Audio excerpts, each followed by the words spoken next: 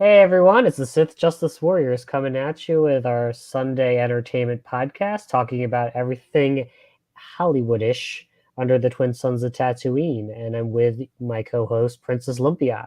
Hey, hopefully everyone had a great Thanksgiving in the United States, and hopefully everyone got to enjoy the Black Friday, Cyber Monday early deals. We've pretty much had them for a month, but you know the drill. Did you buy anything, by the way? Honestly, I did not. I was so tempted to buy a TV. I was so tempted to go on the wait list for, an Xbox, but I held off. I held off on a couple things that I feel like, they're not a necessity, but man, from a technology perspective, The the TVs deal were cheap. the TVs were so cheap, and you really do have to look at the model number to really get the TV that you really need, if it's like gaming needs or if it's like just a regular TV with like Chrome enabled. But they either way, whatever TV you were looking for, you name it, it they had a deal. And so I thought, from a tech perspective, there were a lot of good deals out there, especially since we're all at home and we're relying on a TV. I wouldn't be surprised if every home now had a TV in their room. So each room. So Yeah. By the way, if you're into anime, the Sentai Filmworks has a disgusting Blu-ray sale. Some of the Blu-rays are like $9. it's crazy. Yeah, I saw that you sent me a link, which was something I have to go through. But like, yeah, I mean, everything you could get is online. I think the only like things that I did buy were specific to like clothing or things that I was like, oh, you know what? I actually wanted that, like Bath and Body Works. Like, it's random stuff that it's not really like anything major. But if I were really going for a TV, this would be the best time to buy one, honestly. Right. Yeah. So well, actually, I have finally caught up with Mandalorian. So apologies, Lumpia, but I have finally watched the greatest episode that I will say it's really good. But let's deeper dive here. I think I will just secede the floor to you. Go ahead. Well, I hope you caught up on everything. Sure. It's funny because this was, I think, the episode a lot of fans were waiting for, because this was the meeting. It was aptly titled Jedi, because, and this is spoilers, guys, so you might want to fast forward the next 5-10 minutes. But basically, we're seeking a Jedi to train baby Yoda, who we now found out in this episode has a name, Grogu. We find out he was raised at a Jedi temple, and as part of is it what is the name of that initiative, basically where they eliminated all the Jedi? As part of that, he was actually Order 66. Order 66. Okay, I knew it was 66. He was hidden, saved, whatever, from being kind of killed, murdered, or whatever. And so throughout this whole time, he, sorry, I skipped ahead. We meet Rosario Dawson, who is playing Ahsoka Tano. It's actually a really nice like intro scene in the beginning where it looks like she's taking down some guards for some sort of like, it almost looked like an anime, like a Japanese feudal lord, kind of like there was a wall and she was trying to take them down. Anyway, I digress. So we're gonna introduce to her a little bit about what she's been doing lately. She's apparently looking for some information, and this woman, oh god, I forget her name, but she has some information that she wants, and that's what she's looking for. At the end of the day, the Mandalorian and her cross paths. Um, they basically meet Grogu and her. She kind of tries to assess him. Like I said, we find out he has a name, a little bit about his backstory, and we get a sense of why, like, he still does need to train his abilities in the Force, because apparently he's been suppressing these things because he's been hiding and he doesn't want. It's kind of in a weird way. There's like a dual meaning to it. Like, he's suppressing his true self because he doesn't want to be persecuted for being Force sensitive. So with that, you know, there's a bit of action. We find out what information she needs from the woman after they kind of work together to take down these guards. Because at the end of the day, you know, the Mandalorians sort of mission was to deliver the baby to a Jedi to train. And, you know, we find out Ahsoka Tano is looking for Admiral Thrawn, who, if you watch Clone Wars, is this blue, like, admiral sort of like guy. There's probably more backstory I'm missing. I'm just trying to think and consolidate at the same time. But either way, at the end of the day, you know, she said she can't train Grogu because he has this father-son bond to the Mandalorian. And she alludes to him going to another Jedi temple in Coruscant, which is like the floating city, right? And seeking a Jedi out there. So I'll stop there because there were just so many different paths as we progressed in the episode, that I felt like, what does this mean? Are they going to do this? Are they going to do that? Because at the end of the day, if she's looking for Thrawn, are we going to eventually run into him?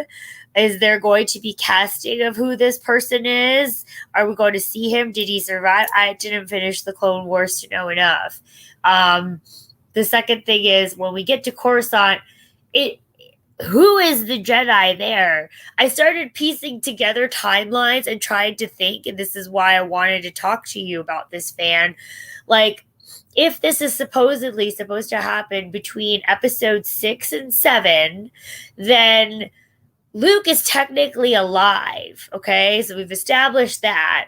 We don't know where he is or what he's doing. He's definitely not on Octo drinking blue milk, because this is literally at the fall of the destruction of the second Death Star, and right after, right? A couple years after, whatever, give or take.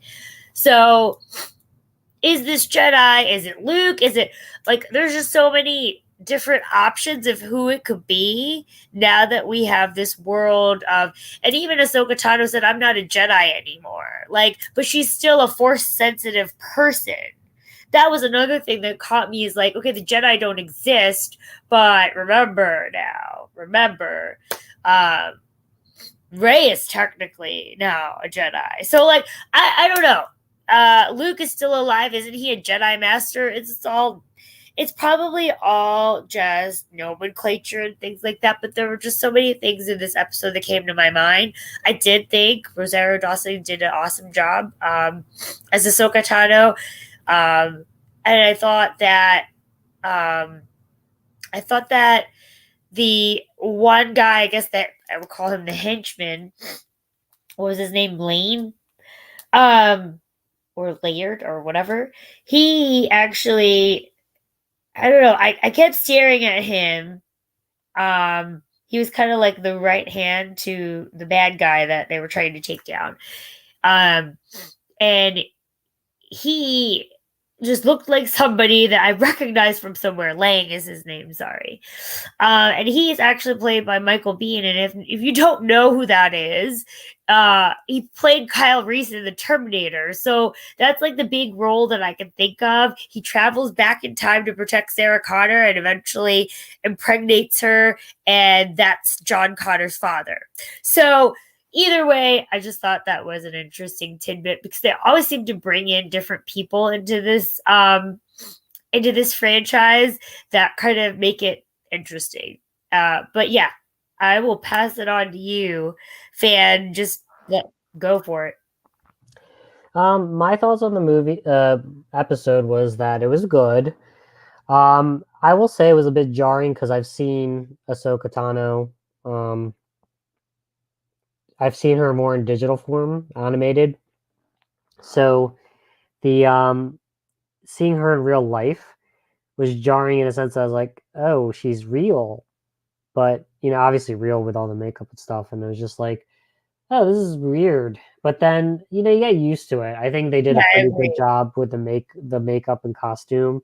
Folks were a little bit complaining about the fact that it's like the the head, I'll call Yeah, it dreadlocks, were a little shorter, but I you can't get everything perfect, everyone. So I my observation was that it's kind of pathetic that the lightsaber vignettes and battles in this episode were still 10 times better than the sequel trilogy. I would like to know why they didn't get that person to choreograph uh, episodes 7 through 9, but I digress. Um, I have to say, what I kind of had this complaint, which was the when you went to that village, it was it was this motif of the village was very Asian inspired, right down to the bonsai trees. yep. And I was like, what did they do? Did they kidnap some Japanese people and they just plop them into this world? I just felt that that was not original. And I'm thinking through with the past, Star Wars movies that were George Lucas, and they never felt like they were copying from a a culture from Earth. So, I mean, I can't think of it off the top of my head, but there was no culture that said, "Oh, this is inspired by XYZ or this country." It was its own. So again, it's a little bit of a lack of creativity on Lucasfilms there. I'm being a little harsh, but it's not a bad thing. I'm nitpicking these things as opposed to the actual actors, script, and all that stuff. It was fine. The whole Grand Admiral the Thorn, uh, Thrawn. Rod. Yeah. Yeah, that's a nice little lead up to something. I think they'll probably, you don't get Rosario Dawson and then throw her to the side. You're probably going to have either her as a bigger piece of the Mandalorian, or you're going to have her own series. Yeah. And I'm interested to know if that's kind of their way to have her be the lead for, a Star Wars movie or a Star Wars series, that she's the lead trying to hunt Thrawn. Great. Um, I think that's the character. Thrawn is the character everyone wanted to have, and they didn't get that. They got the guy in the Hugh Hefner robe that just got sliced in half in episode 8, and what did we get in episode 9? The shriveled up corpse of Palpatine. Yeah. Um, again, I'm digressing, but it's kind of, maybe it's their mea culpa. I have to say why I was impressed with the way it was acted and how it flowed was because David Filoni did it. Yes, he did. I think it was the fact that he created her, right? Or he was the Clone Wars, right? All I know is that he actually did take the helm on this one, and I was like, that's why this one felt that like just it just felt like it wasn't a filler episode. I will say 2 episodes before felt filler. Um, but this didn't feel like actually the action, like exactly what you said. I mean, another interesting tidbit is so the lady, the not the I want to call her the Manchurian since you were talking about this Asian motif, Mm, but she the magistrate. that's her name. Yes, so she actually is Bruce Lee's goddaughter. She's the daughter of a very famous martial artist, Dan Inosanto. And she actually does a lot of stunt coordination. She did it for Blade. She did it for Buffy the Vampire Slayer. She did it for a lot of other films like on TV. And she also did it for Oh my god, what is that movie? Alita Battle Angel. So like I just thought like the people they brought into this show for this particular episode, like just the quality felt interesting. But I like what you said. Sorry, I didn't Well, I do think to that. add to that, I think Ahsoka is his baby. Yeah, So I think if they're going to put her there, I think Dave Filoni was like, I have to be the one yeah, to dictate how she's represented. So I think that's why I liked it. And I know the other the what's her name? The Chen or something? There was that lady. She did a couple of good ones, and then Bryce Dallas Howard did an okay oh one yeah, she too. did another one too. But Yeah, Dave Filoni did this one, and this was like this is why people want him because he really kind of gets it. But yeah, again, I those my complaints were a little bit more minor. It's more of a as a jaded person with the way that Star Wars has been with episodes 8 and 9, really, because 7 I was okay with, but 8 and 9 really um, yeah. hindered me. And so great if you could give me a little more Ahsoka, that'd be great. I don't know how much more you're gonna get of her because she just kind of said, "I'm gonna do my own thing." You know, she's not gonna travel with Grogu. Can't say Baby Yoda anymore. I know. What That was also a shocker because I was like, the "Really? name? You gave her a name? Why did we give him a name?" I know. I kind of like, but he's actually been alive that long. That's what I'm trying to say. He's not really a baby. And even though he acts like one, because like I said, in that episode where he's just eating the eggs that Yep. everyone took offense to, like he acted like a child, but he wasn't a child. Do you know what I'm saying? Right. So, because the way she made it sound like he totally has been alive for a while. Not as old as Yoda, but he's not a baby. No, I figured that. I mean, I figured that. I Maybe just in Yoda years. No, I guess I thought he was like a younger, like I mean he's younger like Yoda, but he's like I thought he was like in his adult like I really thought he was, but yeah. I expected that. I just felt that, maybe we could keep the mystery around it. That's okay. Like it's not the worst thing. No, he had to have a name. I mean, it was inevitable, so it's Yeah, fine. not the worst. But yeah, great. I think Mandalorian, as Sirius said to us offline, is probably the best thing Star Wars has going right now. So keep it up, folks. We want more, right? Exactly. Um, let's talk about that ending though, because we talked about Thrawn, but I think the question is that they want him to go to the temple to connect to the Force and seek out other Jedi's. And I think that the stupid thing is, okay, what other Jedi's are there in this time frame? Well, the last Skywalker. Well, yeah, the last Skywalker. Oh god, the last. You don't even want to think about it. So they were saying, "Oh my god, we're gonna have Luke Skywalker," and I'm like, "Yeah." Mark Hamill's like, "I'm done. You guys butchered me. You butchered my character." And so a lot of people that I've seen on the internet talked about Sebastian Stan playing at it as him, and I've seen pictures. I'm like, wow, that's pretty close. Um, Olympia, what do you think? Do you think they actually do this? Because this comes to an earlier conspiracy theory we've had a year ago about rebooting the original trilogy. So Yeah. what do you think about Luke coming into this Mandalorian? Well, it's an interesting thought because who else could train him?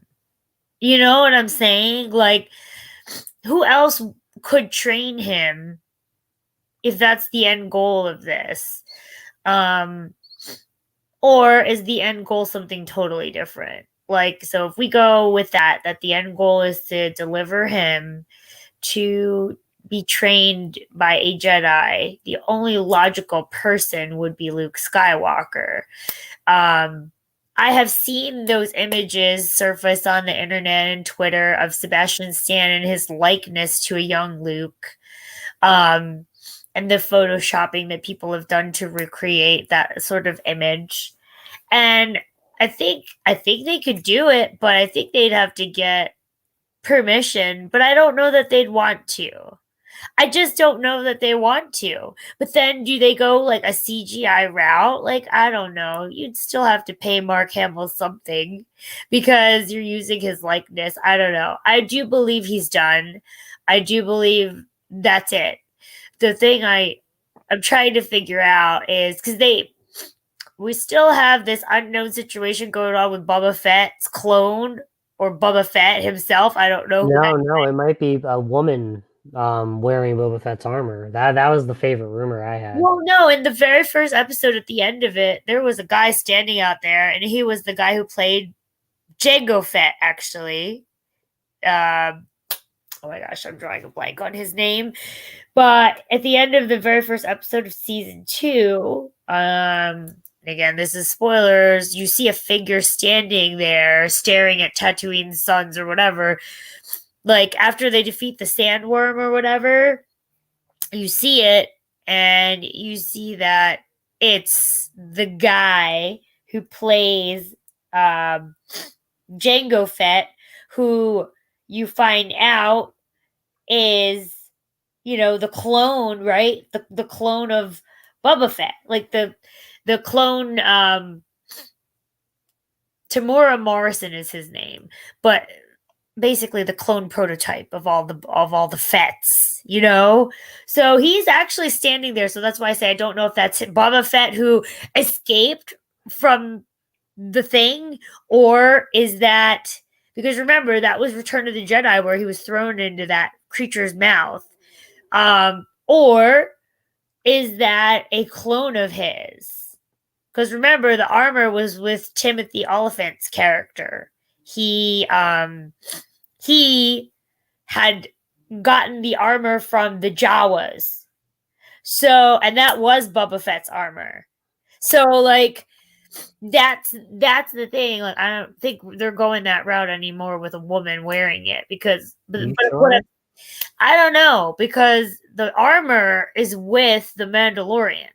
So whoever gets it, whatever, but the Mandalorian has the armor because at the end of the day, after the sandworm crap happened, he took it. So either way, the armor's with him. Either way, there's a person that looks like the prototype of all the Fetts out there.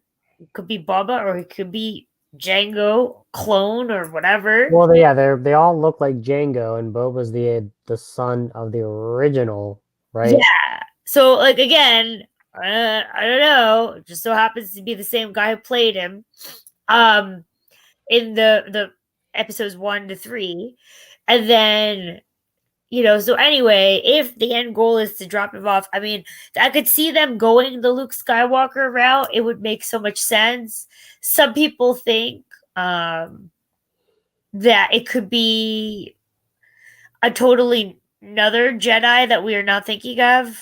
I don't know, like the logical Leia, because you remember Leia kicked Luke Skywalker's ass. But remember, in episode 9. Remember that? Carrie Fisher's R.I.P. So well, you can again. It's the rumor that we want to reboot with our younger characters. It's kind of like going with changing Tony Stark with a younger person to reboot.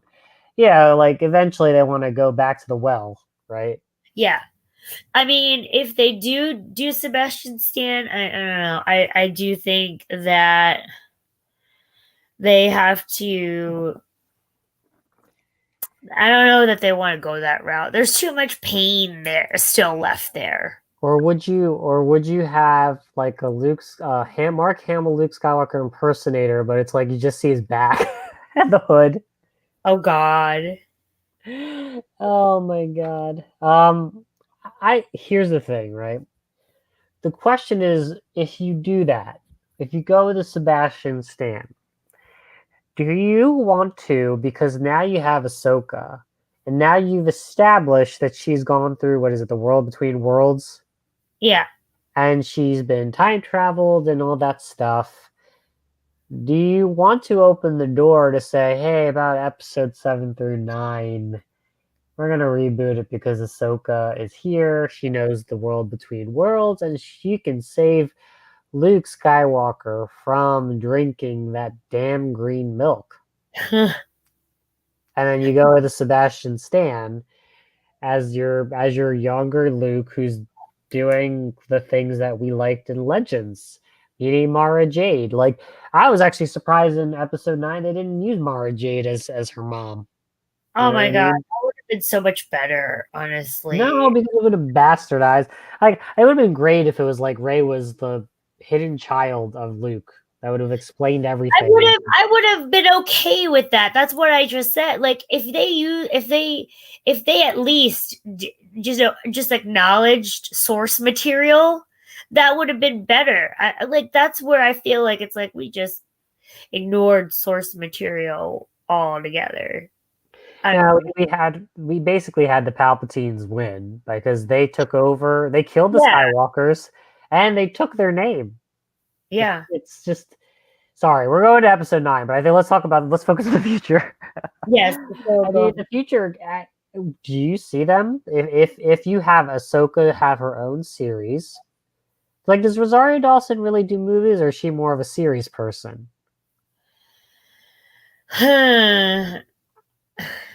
Remember, she was in Luke Cage. She was in Daredevil. I think she's done movies. There was a movie with Will Smith called 100 Pounds or whatever. It was something. Firefly. She was she in Serenity? No, she wasn't. Yeah, she was. Firefly. That's the Firefly is the Serenity movie is the Fire. Wait. Yeah, right. Serenity is a Firefly movie, right? Because Firefly was the show. Yeah, right. Hold on, I'm gonna just fact check myself right now, but I was like, wait, is it?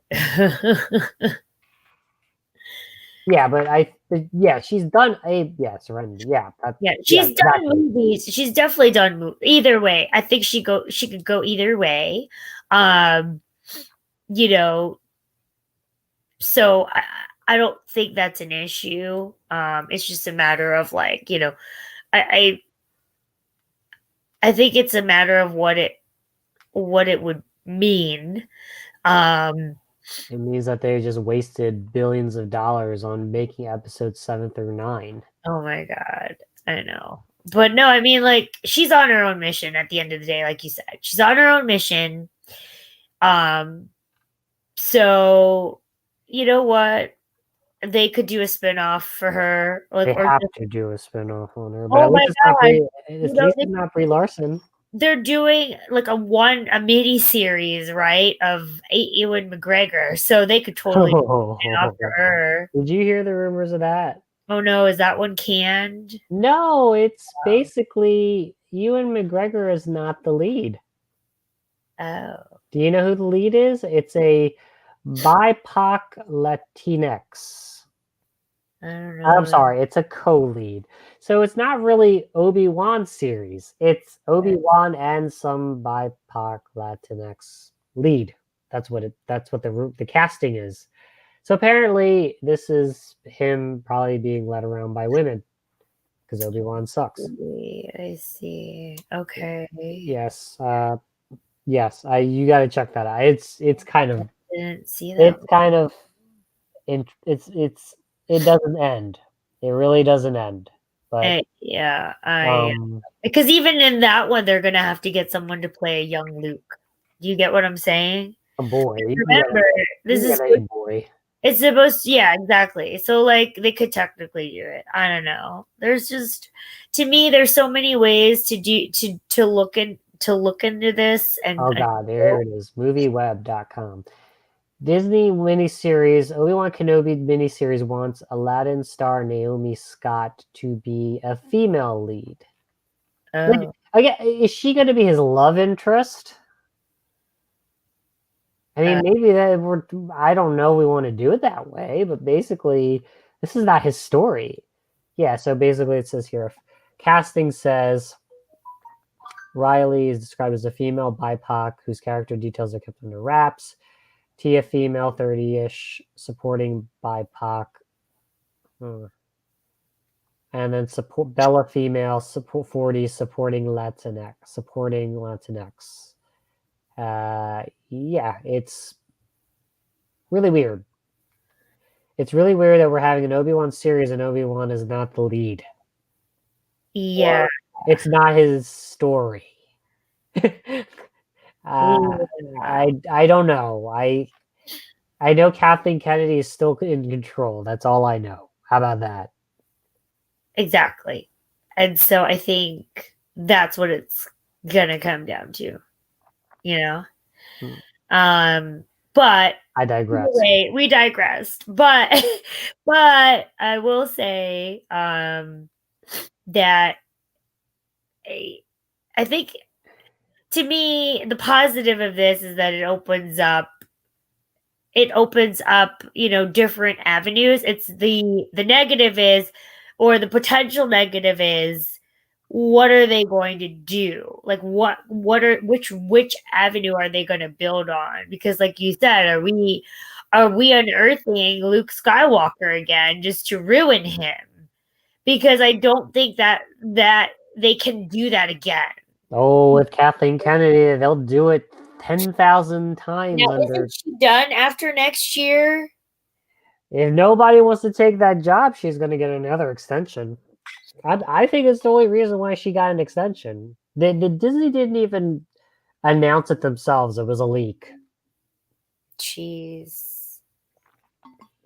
So I went so sour on a really good episode too. but yeah, we all knew though that she was out at some point. That's the thing. Like, we all kind of knew that. So we'll see. I say let's see what happens and go from there. But either way, the way they structured this is that they kind of left it open ended, and that way, there's a little bit of room for hopefully them to fix things, because I think that's the biggest thing. They got to fix what they ruined. Yeah. Anyway, before we go, I just wanted to announce a little bit of housekeeping. For the new year, we're thinking about changing up a few things in terms of content formatting. One of the things you've noticed recently has been the inconsistent or lack of the gaming podcast, and I think what we're doing is reassessing it because number one, our personal professional lives have been a bit busy, despite the fact that we've been locked down, which is good, but it's been very busy, and I think time will only make things even busier for us. So we're sort of trying to figure out what's the best way to keep things focused. I think the one consistent thing in the podcast has been this one, our Sunday entertainment ones. So, for those fans, just keep in mind that this will always be our staple, but we are just assessing a few things, hoping to kind of get back a little bit toward the core roots and make this a little bit more focused, so to speak. So we'll expect something toward the new year that we'll figure out that. That being said, if you like this content, please like, comment, and subscribe. Hit the bell for notifications to be notified of future content as it drops. Also, we are on Twitter at Justice Sith, and we are also on podcast format, Spotify, Google Podcasts. Those popular formats, we are available for download if you so choose to listen to us through that. That being said, we hope to see you all in the future and see you on the Sith side.